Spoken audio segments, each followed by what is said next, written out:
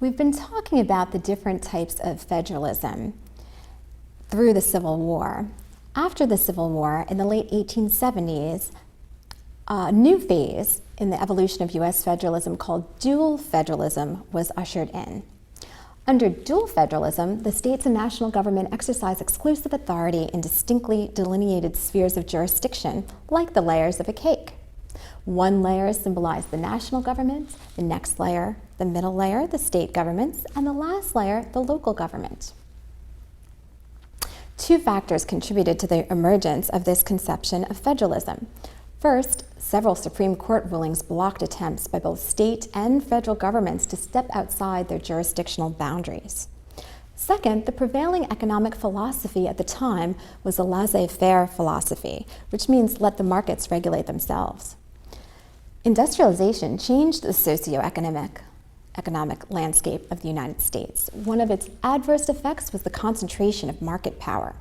Because no national regulatory supervision to ensure fairness in market practices existed, monopolies formed among powerful firms in several industries. To curtail monopolies in the railroad industry, Congress passed the Interstate Commerce Act in 1887, which created the Interstate Commerce Commission. 3 years later, national regulatory capacity was broadened by the Sherman Antitrust Act of 1890, which made it illegal to monopolize or attempt to monopolize and conspire in restraining commerce. In the early stages of industrial capitalism, federal regulations were focused for the most part on promoting market competition rather than on addressing the social dislocations resulting from market operations, something the government finally began to tackle in the 1930s. Between 1929 and 1933, during the Great Depression, the national unemployment rate reached about 25%. Industrial output dropped by half, stock market assets lost more than half their value, and thousands of banks went out of business. The gross domestic product shrunk by a quarter. President Franklin D. Roosevelt's alphabet agencies were a response to the economic hardships of the Great Depression in the 1930s.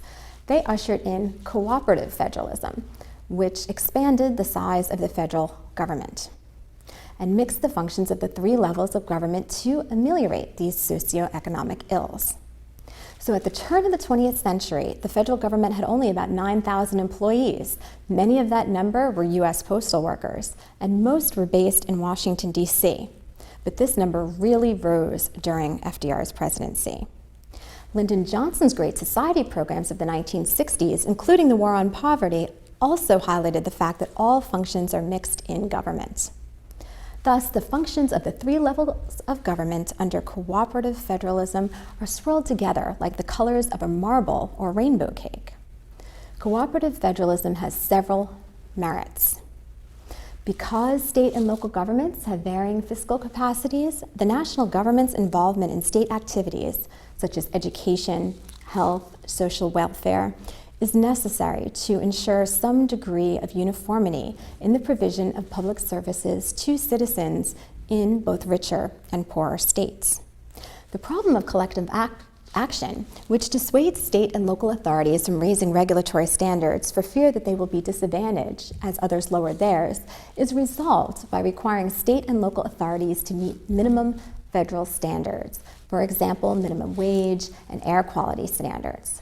Federal assistance is necessary to ensure state and local programs, like water and air pollution controls, generate positive externalities that they are maintained.